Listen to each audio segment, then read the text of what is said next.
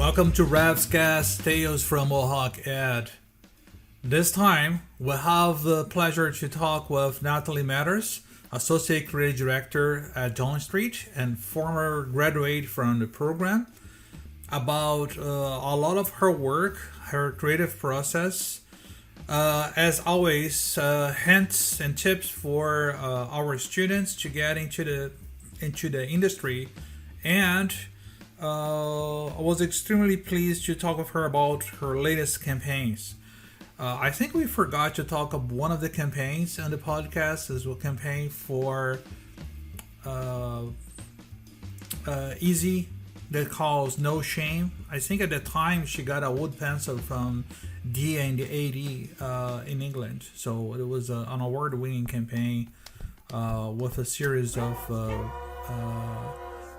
amazing pictures taken for tampons. So that was a very good campaign. I think we forgot to chat about on our podcast, but I think it was the only one.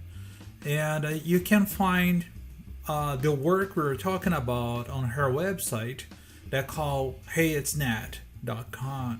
So Natalie Mathers for you guys and Associate Creative Director at John Street. Here we go. Let's go.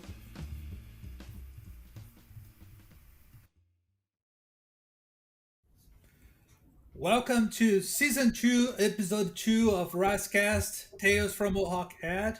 Today I have the pleasure to have the Associate Creative Director at John Street and former student, class of 2012, I Yeah, think. I think so. Yes, class of 2012, Natalie Matters. So, welcome, Nat. How are you doing? Hi, I'm good. Thank you so much for having me on. You're welcome. I'm super glad to have you today. I have so much that I want to ask you. Awesome. For Uh, sure. I think I want to start with. I think I remember days in the Mac lab, and I think you guys are one of the first ones to get to the Mac lab on iWing, I Mhm. believe. Mhm. Or are you? Or is your Mac lab still on F wing or iWing? Do you remember I that? don't think we had moved into the new space yet. I think we were. I can't remember what the wing was called, but I don't think we had. F wing, F wing. Yeah. Yes, I think we were the last class on the F wing because Mhm. before the it moved to the other wing. But I remember since that time, before going through the whole your whole, so your class of 2012 has been like a decade of working experience so far on your shoulders, and I can tell that I remember since that time how you put value on the little scribes and illustrations that you used to do and the Mhm. logos, and you kind of have a different kind of sensibility.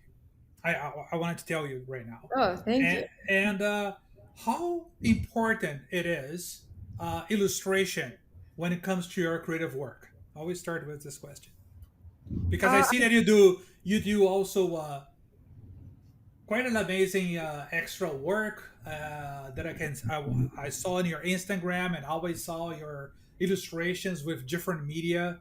So mhm. it's kind of a different part of you going to that version of illustration and art. Talk a little bit about that Yeah, to me. for sure. Well, I think illustration has always been like a really helpful tool, like in advertising. It's just a really easy way, even just like to get ideas out, like doing sketches. So I feel like that's like the first way that I used that like in advertising. And then the illustration that I do, which for my Instagram is called Not Nothing. That's like my illustrator name. Hmm. Um, was sort of born actually a couple years ago because I needed something that didn't have any rules. So there's a lot of rules in advertising, right? There's like brand guidelines you gotta follow. There's like things you gotta do to bring a brand to life in an idea sense. And I wanted to be able to make art and make creative things without having any rules whatsoever. Hmm. Um, and I feel like I used to not turn to art or turn to illustration as something I did because I wasn't good at realism. Like I'm not great at perspective. I can't draw like a realistic looking piece of fruit. It's just not my forte. And I think in like developing Not Nothing, I figured out that it didn't need to be realistic. That I could just do whatever I wanted. It could Hmm. just be simple and bold and even repetitive, and that was totally fine. It didn't have to meet that standard that I never felt like I could hit. Yeah, I see that as a, and I begin to see was mesmerized by the style of illustrations and everything because I could really, I don't know, there's really, I can feel the brushes and the illustration, your hand doing the things on Hmm. paper, and that's very interesting. I love that kind of thing. And what do you recommend for a student when it comes to that part? Do you recommend everybody has their own kind of hobby or different things to get out of the rules, to get out of the Hmm. balance? Yeah, well, first of all, thank you. I'm happy to hear that you can feel like the tactile nature of my illustration Oh work. It's yeah, it's almost tangible. Yeah. yeah, and I like draw on garbage and stuff. I love things and like turning things into art, so I'm glad that that's felt through the screen even. I think it's super important for people who work in advertising or people who work in a creative industry and make their money creatively to have those outlets for themselves that are sort of like what I said before, rule free, just like something you can do that comes naturally to you. Like I think being able to get yourself into like a flow state creatively, um, aside from your job is like super important. It only makes you better at your job. It only makes you more in tune with your own creative sensibilities. So I think having like a side project or just something you like to do that's creative that doesn't is not beholden to anybody else or anything else is super beneficial and super important for creative mental health.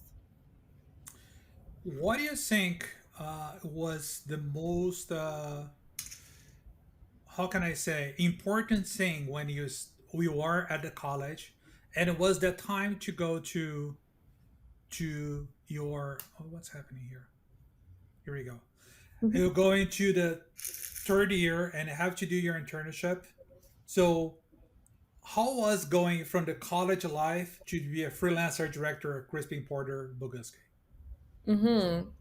It was fun. I mean, it was stressful, of course. Like it's super competitive to get internships, and there's lots of people going for them. So there was definitely like a certain amount of stress to that experience, but also mostly just excitement, right? And like finally getting to go and have that like real world experience. And I feel like Mohawk set us up well for that because they sent us on those agency tours. They had us meet with people who worked in the industry and do assignments based on those experiences. So when it came time to go and find that internship, I felt like I was prepared. I wasn't Hmm. totally overwhelmed. I wasn't like going in blind, let's say. I felt ready to do it. And I think the most important thing in that process is like being confident, like going into those spaces confidently.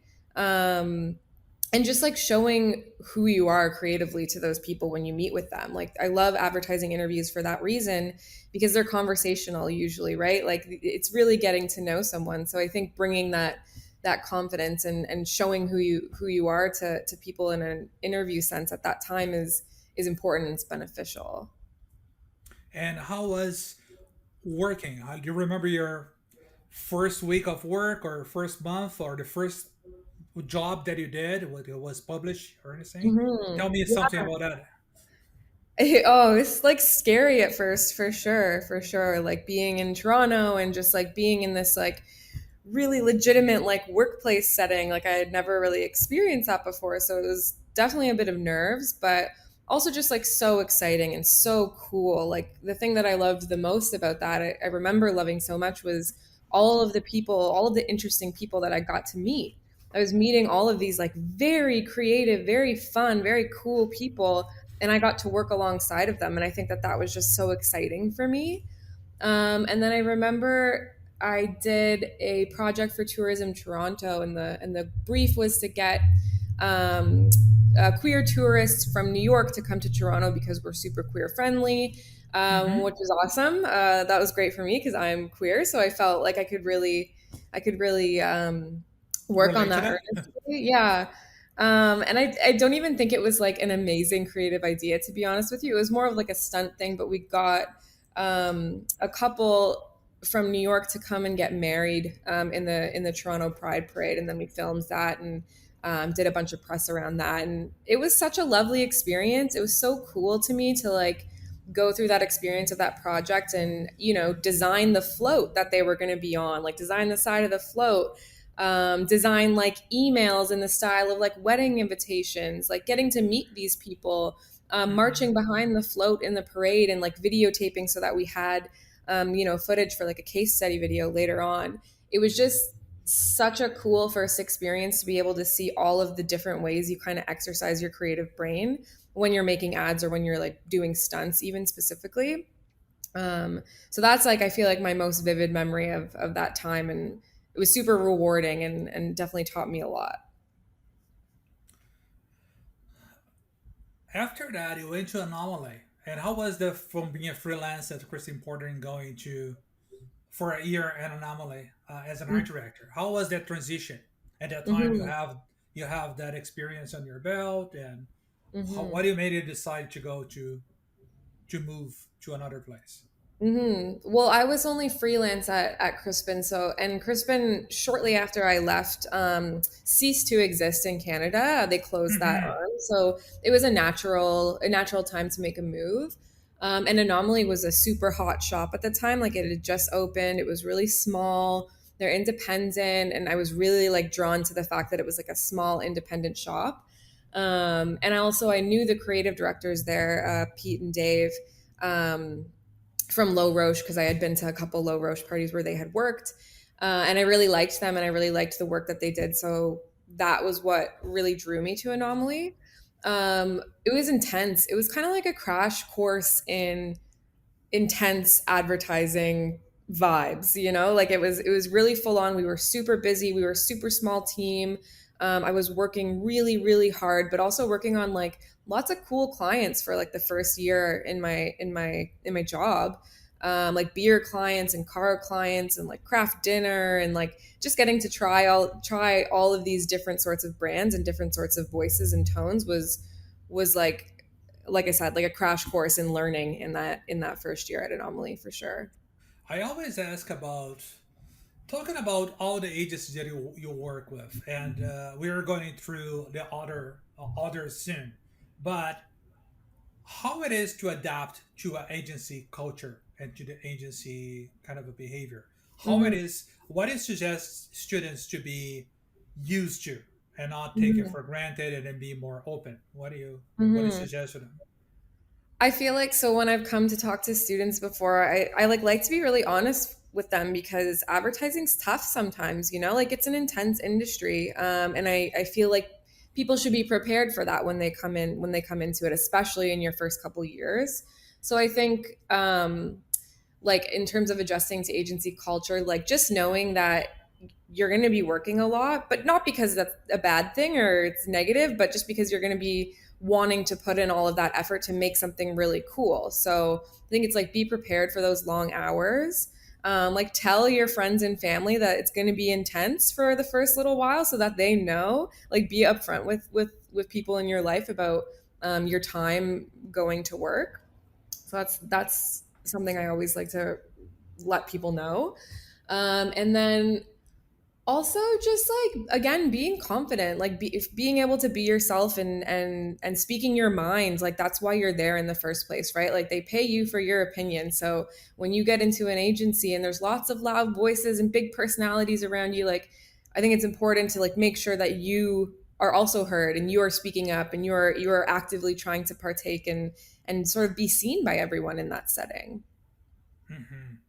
I don't think this is one of the things that's almost impossible to teach in the college environment because we Hmm. try to be academic and everything. With sometimes we try, and you see, but the people in your class since first year, so it's a different Hmm. environment. But I think it's a very important part that you need to be prepared on your head for those kind of different personas and Hmm. tough situations that you can encounter in because as you said it's not an easy business, it's a fun business, but I think it's not sometimes can be Hmm. difficult, especially on creative part of it. Yeah, and like difficult sometimes in a good way, like that's how like Of course, that's what I mean. Yes. yeah, I don't want to make it sound like it's terrible. It's definitely not terrible. It's super fun and just a super interesting job. But I think like the more prepared you are for it, the easier it will be for you. Hmm. Okay, so so Anomaly was not the big thing there today, and you Mhm. started from 2014, and a super powerhouse, and from there you went to Publicis. And how was that work on Publicis? So, just a small correction. It's Of actually called course. Public. I know they're like super similar, Oh, I see here. Okay, but different logo. It's yeah, public. and Sorry. Public, that's okay. And Public was really an interesting move after Anomaly because Public had all like not-for-profit clients and like really like feel-good clients like World Wildlife Fund and like the Indigo Reading Foundation, like lots of things that just like were very wholesome and like really lovely and like coming off of working on like beer and cars and these really like kind of aggressive brands. It was nice for me to see a totally different side of the advertising world. It was also interesting because they were more of I think a marketing firm before, and they were transitioning into a more I, traditional advertising agency structure, and I was Mhm. sort of seeing that transition happen. So it was cool to come into a workplace when they were going through that transition and feel like you could be part of how it was going to change and how it was going to evolve. My apologies again for the No worries. publicist.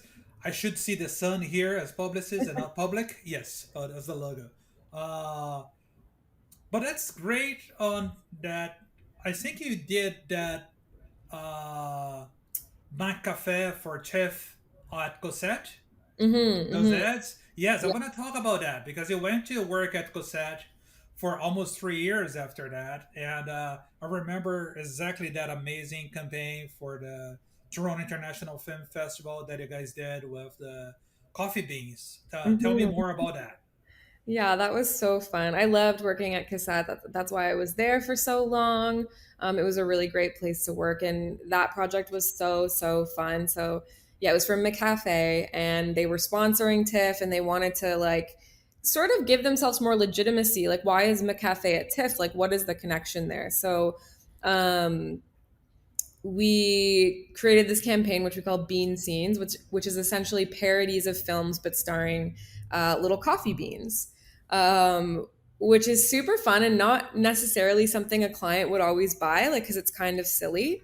But luckily, we had a really great client that we were working with, and they were really excited and delighted by this idea. So they gave us the green light, and it was just such a funny process. Like the beans had their own wardrobe and we had to make like little mini sets that like mirrored movies like The Shining, and like we called it The Grinding. Like it was just so fun. There was no like seriousness to it. It just was entertaining. And I think when you get to make ads that are like entertaining and designed to like delight people, that's like the best kind of brief. That's the best kind of content.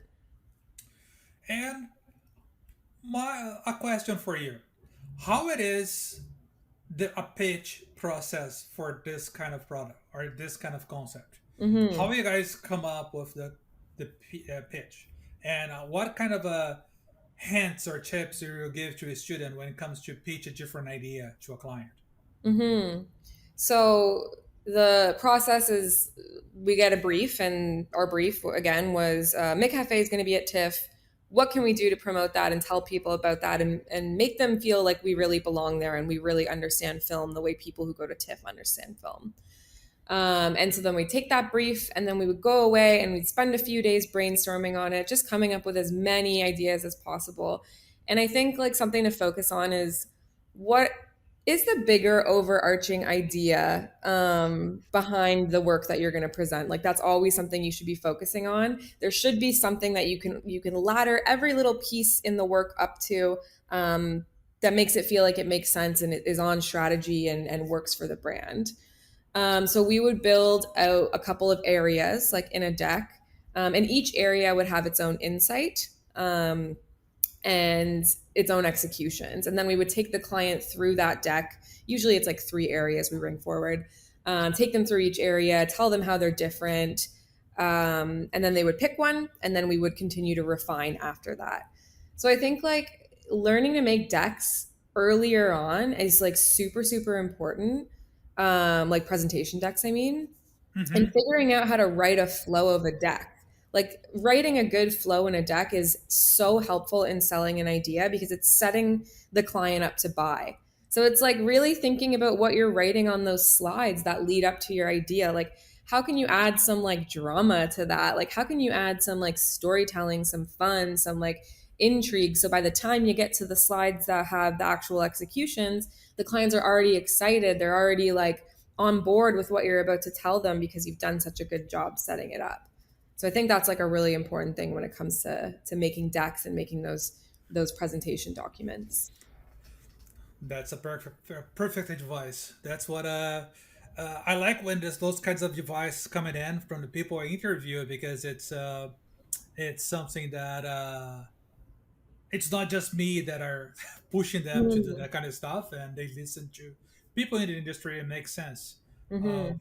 of because I want to tell you we change much stuff at our program right now Mm-hmm. that somehow I want you to coming in and I'll let you know how much stuff we're doing to change the program to every year to the next Awesome. step. And we're planning to incorporate into a class just on DAX now. We'll have Mm-hmm. a class is just about DAX. That's great. Even though we incorporate DAX and all different classes, we wanted to make one that is just about that. That is just a hardcore DAC Yeah. presentation thing. That's Because that's so helpful. It's like such an important skill, and you make so many decks. Like you're constantly making them. So to be yes. able to be good at it and hone those skills right away is like only going to be so helpful for students going forward.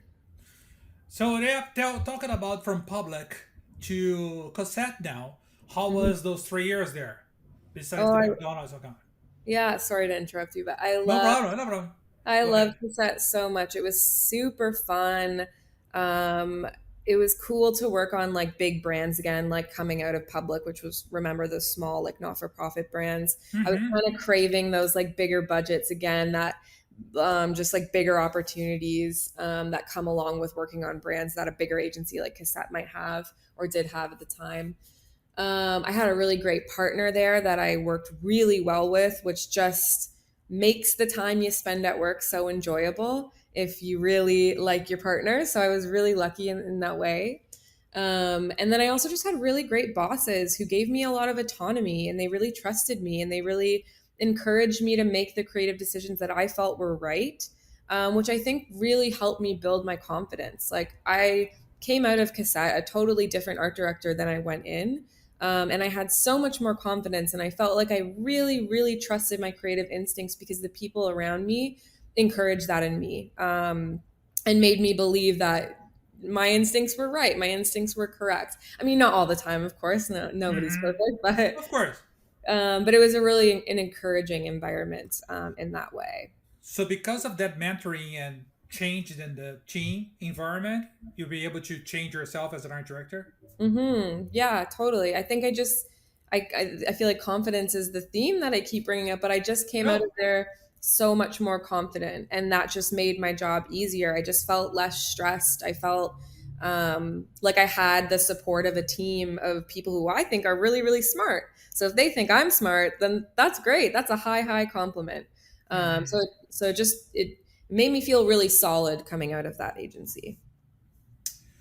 Yeah, I think when you became to Crispin and Anomaly and then public, you work with a small non-for-profit, work with big clients, that mix of different clients and different places.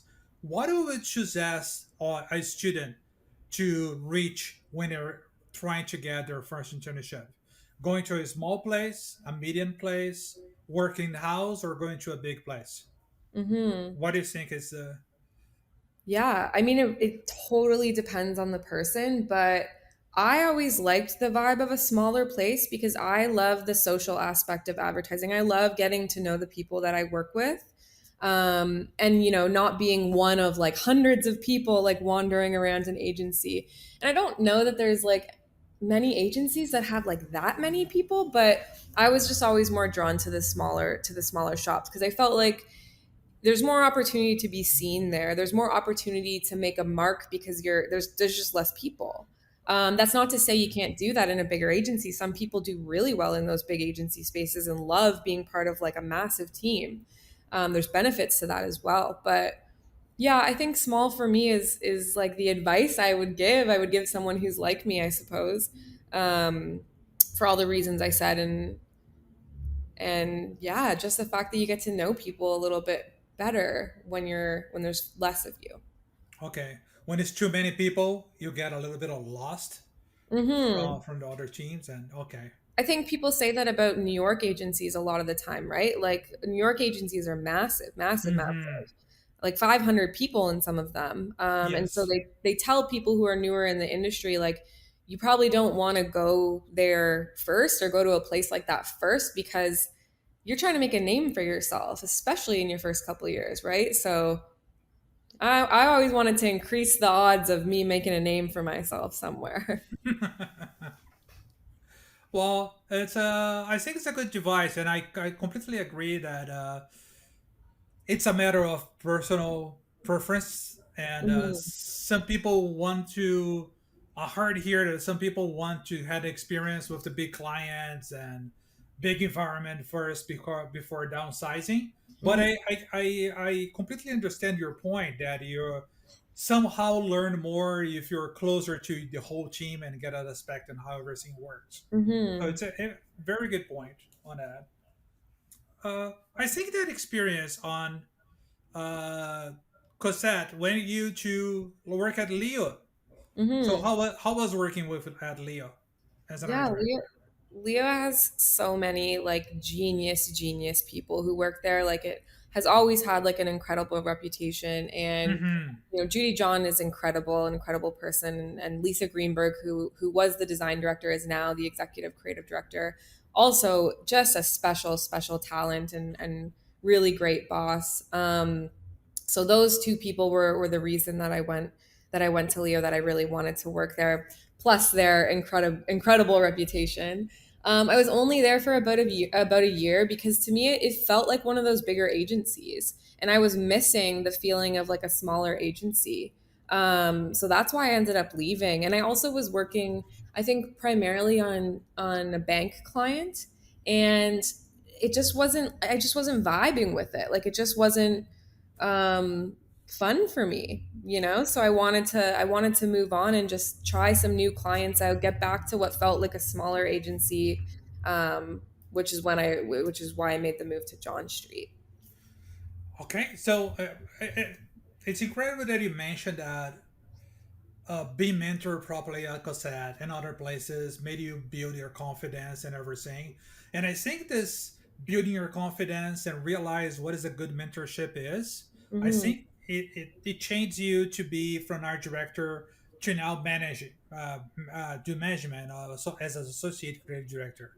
How was that transition, and how important it is now, all that experience for the job you're doing right now? Hmm. I was scared when I found that I was getting that title.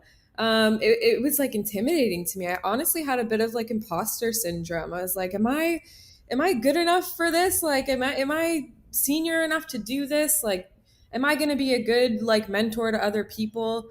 And actually, I remember going to Lisa Greenberg at Leo and telling her this and Hmm. being like, I'm scared. Like, what if I'm not good enough? And she's like, you are absolutely good enough. She's like, they hired you for a reason. She's like, you are unique and you're talented and you're smart. So you go in there and you be an ACD and you're gonna be great.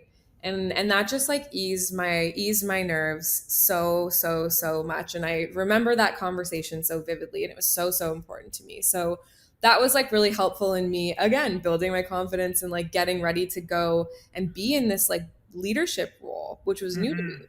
Yes. And I think like because I was super lucky to have a lot of great mentors like throughout my career, both like creative directors, but also like designers and design directors, like I stayed close to those people, and I think that's why I love and care about design so much, because those people really inspired me and also mentored me and helped me a ton, and especially in the first couple of years of my career. So because I was lucky enough to have all of these great mentors, I think it set me up to be a good ACD. I've seen how people support young creatives. Like I've experienced that myself. Hmm. And now I feel like I know how to do that with junior creatives in this ACD role. And I also think like I had been working for what, 8, 9 years when I got that title. So I had a ton of like client experience, and I'm very confident with clients, right? Hmm. Because I've been in tons of meetings. I kind of seen it all, the bad, the good, the ugly, kind of run the whole gamut. So I felt prepared definitely in that sense to move into an ACD role from the client relationship sense. And I was excited to have more autonomy and have more responsibility. And I think it's working because you're there for 2 years now. Two, Mhm. almost 3 years. Yeah, almost Mhm. 3 years there right now. And yes, at John Street, how do you think? Do you see yourself sometimes in a new junior team that comes up to Mhm. work and appears the first day? You remember your first day at Crispin and say, Mhm. "Oh my God, it sounds more like me on the first week," or something like that. Totally. Totally.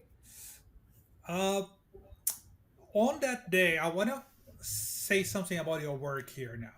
I Mhm. see the work you did for milk, Mhm. and I was laughing so much about some of the stuff on the butter, on the cheese, and the different commercials, and the social media that you did for that. How explain to the listeners? I will give your website after in the end of the podcast. Okay. It's hey it's nat.com, and Mhm. I always say that again. But how it was to come up with that idea, and explain a little bit to the listeners, to the students, how that idea is. Yeah, that was such a fun campaign. It's one of my favorites. So it was for Dairy Farmers of Canada. And the brief was like just really real and true. It was basically like millennials hate dairy milk. Like they hate it. And like you can go on TikTok or Instagram and see that hate, like plain and clear. Like no millennial drinks dairy milk anymore. Like they only drink oat milk or almond milk or soy milk. So Dairy Farmers was like, shit, we gotta get millennials to like milk again. But obviously it's not gonna work if you just go out and say, hey, like drink more milk. Like they're not gonna listen. They're just gonna keep drinking their oat milk. Hmm. So their strategy in the brief, which I thought was really smart, was not to tell them to drink more milk, but to remind them that like milk is in so many things that they love, like cheese and ice cream and lattes. It's not as like hated as they say that it is. So that was like a really interesting like starting point for that campaign. And then the interesting thing about that work was that that was done through a Montreal client. And I find Montreal clients to be so fun to work with. How come?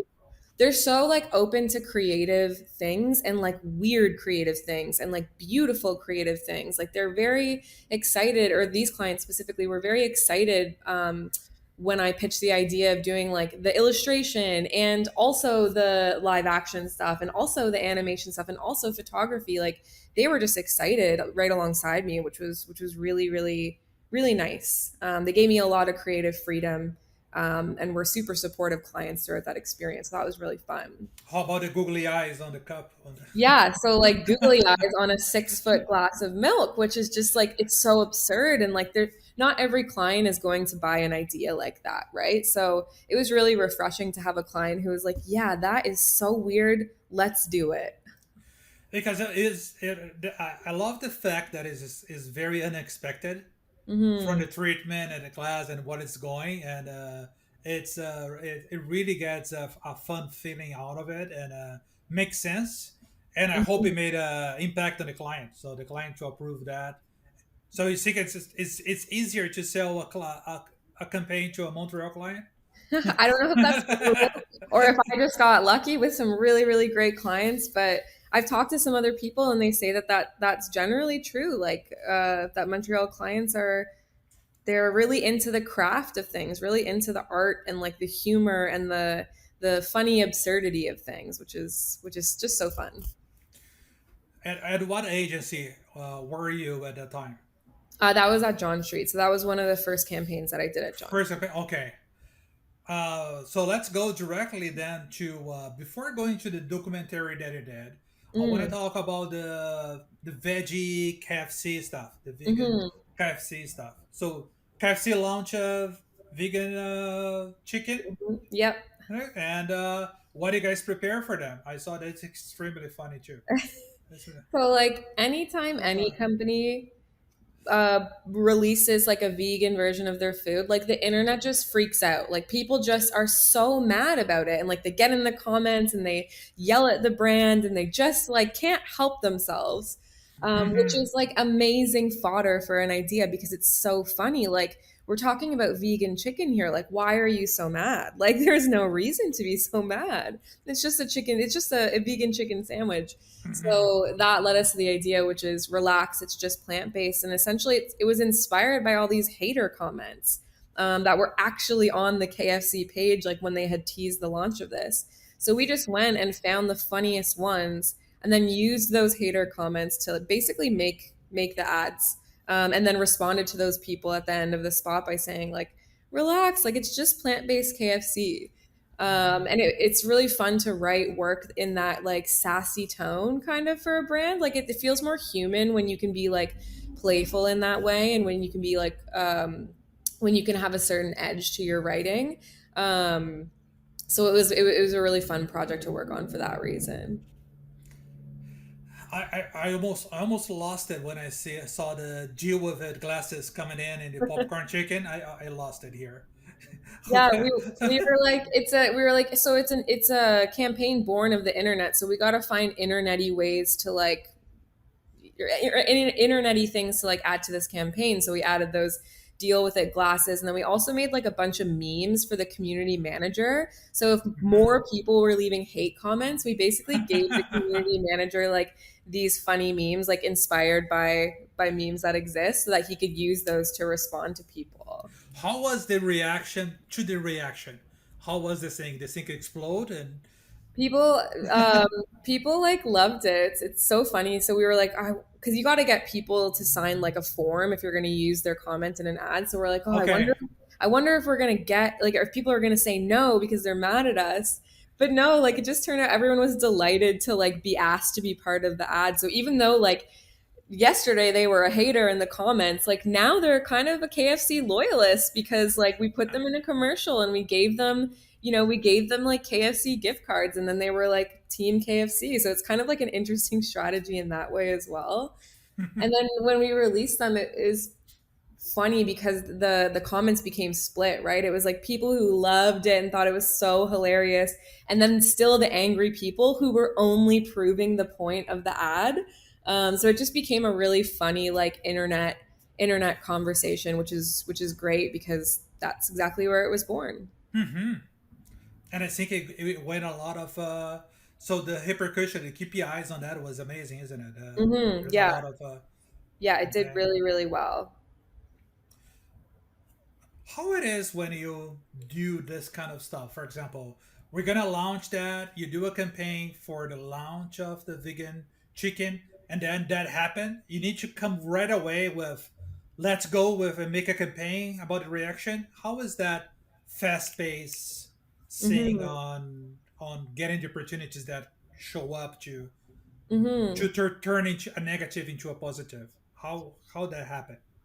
it's like so we were lucky. This is a really interesting thing to talk about because I think being timely, training your brain to think creatively quickly so that you can respond to trends is like super super important, especially right now, especially with things like TikTok, right? Like a Hmm. TikTok trend doesn't last very long. It only lasts No. like a week. If you want to do something, sorry, there's a motorcycle driving by. Hold Wow. on. So if you want to do something based on a TikTok trend, you got to do it quick. And if you have to sell it to a client, you got to do it even quicker. So for us, like we actually had some lead time because they had teased this launch like months prior. So we had seen these comments for like a couple months. I So see. we had the time there. But again, just going back to TikTok, like that process, you just need to like learn how to be really quick with things. So like if you're going to make a deck, like how can you just make it a really quick, really to the point, really simple, sweet deck so that you can get it to client, you can get them to sign off on it? How can you make it look easy for a client to buy an idea like that needs to be made like within the span of a week?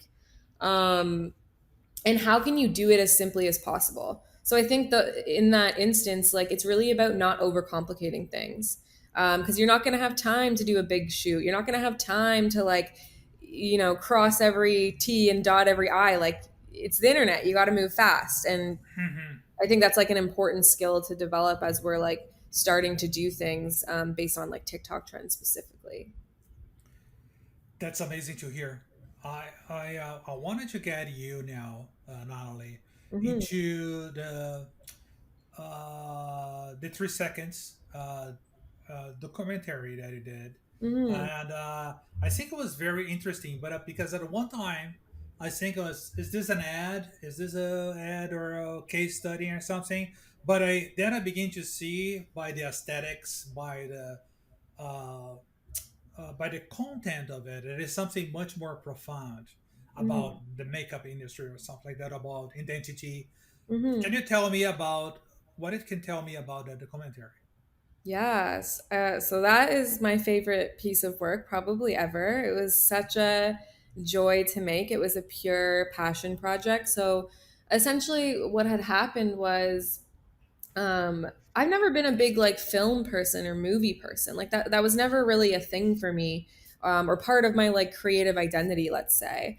But it's really important to know film and to know like aesthetic in film and like how things get shot, because when you start making commercials, you can use all those references and all those learnings in the commercials that you make, and it only makes them better. It only makes them more cinematic. So I Hmm. kind of got to a point, and this was a few years ago, where I was like, I want to make a film because I want to go through that experience from start to finish, so that I can understand like how these things get made, so that I can then take those learnings and like put that into my work and put that into other projects. I also just really wanted to make a film. I don't know, the mood had just struck, Hmm. and I met like a really dear friend of mine, Dominique Van Olm, who is the director of the film. I met her for the first time at an ad party, and she introduced herself and she told me she was a director, and I was so excited because it was the first woman director that I had met. So I was just like so delighted to meet her. And then I asked her if she wanted to like grab a drink together sometime, and we did. And I told her that I wanted to make a film about makeup and how makeup impacts identity, because I had my own personal experience with that. And she was super into it. And we kind of spent like, I think like a year and a half, like on and off brainstorming about it. And we could never quite crystallize the idea. And then I remember when I was working at Leo, she messaged me and she was like, Nat, like I have all this gear and all this time in the next 2 weeks. Like, do you want to make the makeup film in the next 2 weeks? Like, do you think we can do it? And I was like, yeah, let's do it. Like, let's go. So Hmm. we asked a bunch of people to be involved. So we got a producer, another good friend of ours, Kelsey, involved, and she worked on the film for free. Everyone worked on the film for free. And it was all just people that we knew that we were friends with, which was really positive for the experience. It was also all women. It was an all women team, which was just like so exciting, such a like cool layer to this project. Hmm. And I was so happy to be part of it and to be making it.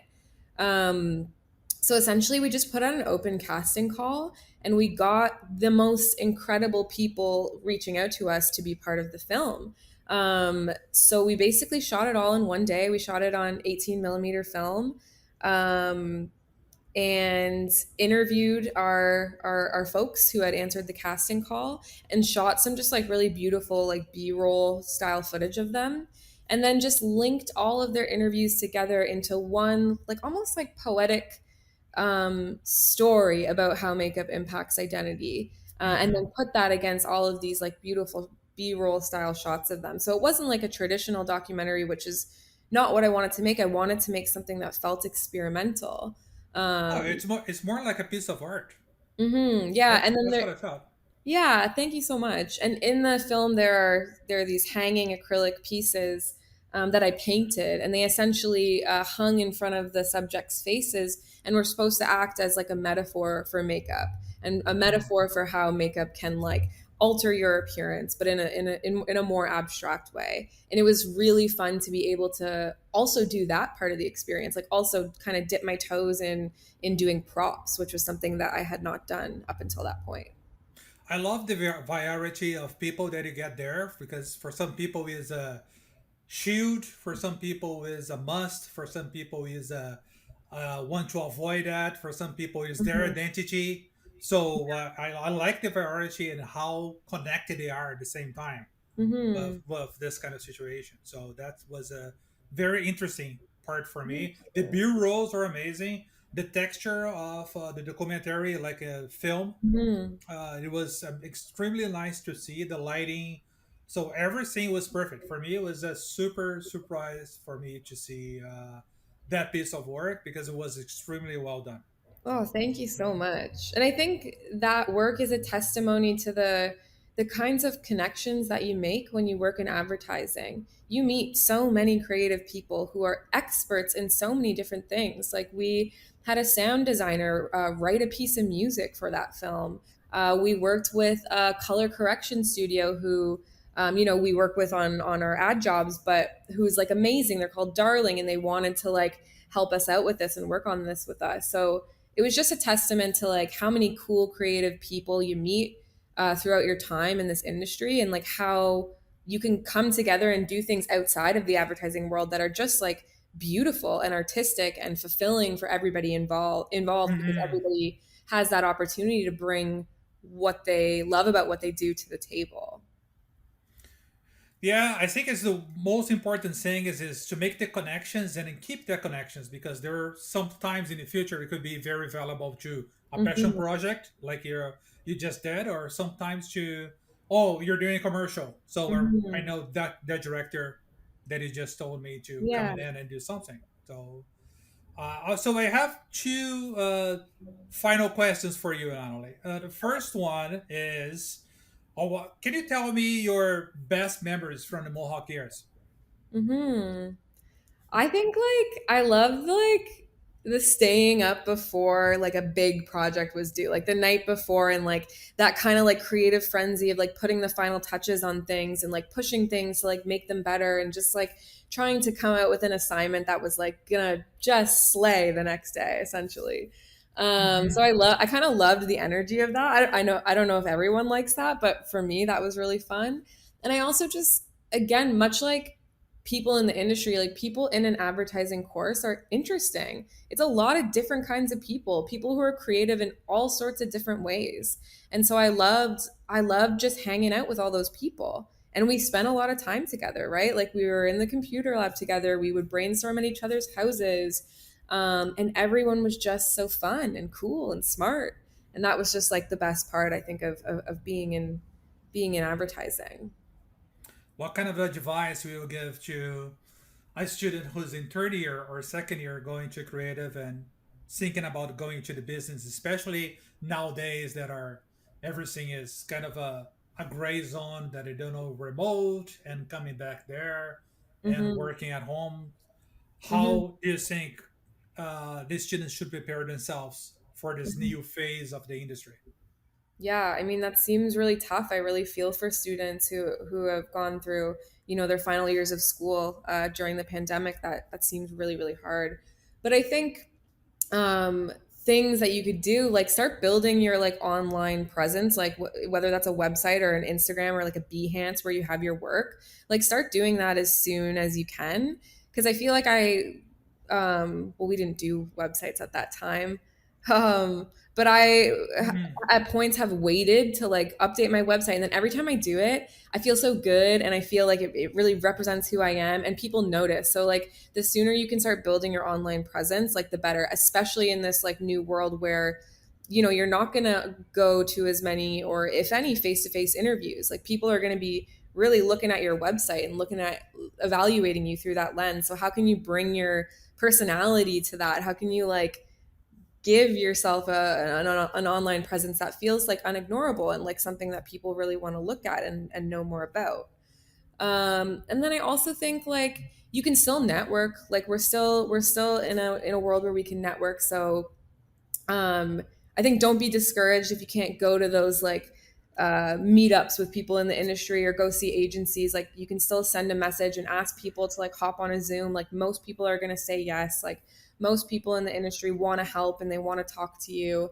So I think still networking in that way, like sending people messages on LinkedIn if you like the stuff that they do, or if you like the agency that they work for, and just trying to build those connections as soon as you can, so that when it's time to graduate, you've already kind of sowed those or planted those seeds. You've already laid the groundwork for you to have a connection or a way into an agency with someone who you've connected with. That's very cool advice. I have a compliment before going to our last question. I have a compliment to that question, to that position they just gave me. Mm. What is the saying that you're is missing on student portfolio nowadays that you see that you hope you see more?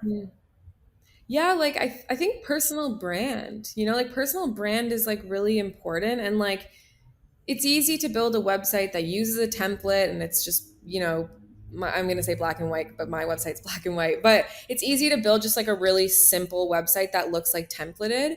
But can you like add a little bit more of your personality into that? Like whether it's through design or whether it's through tone. Like if you're a writer, like is there some sort of like storytelling that you could do on your website that like just shows a bit more of your personality?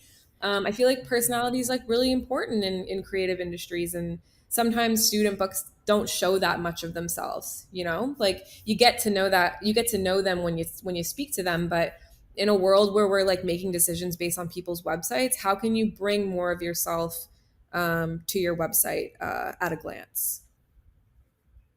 Excellent. I was thinking, going to our last question now, Natalie.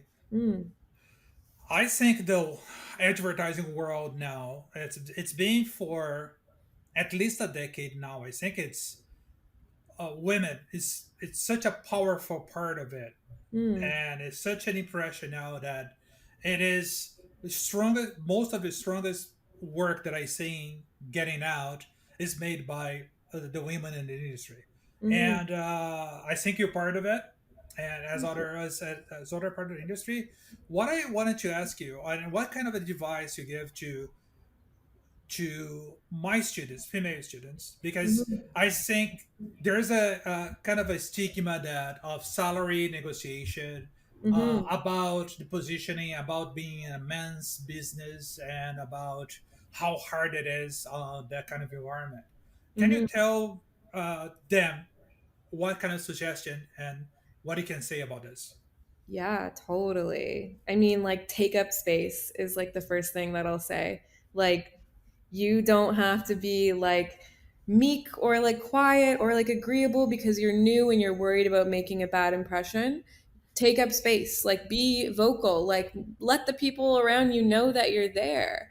And I'm not saying like yell and scream and make a scene, but you know, say your opinion, be opinionated, like be confident in that. Confidence, the theme of this episode, I think. Hmm.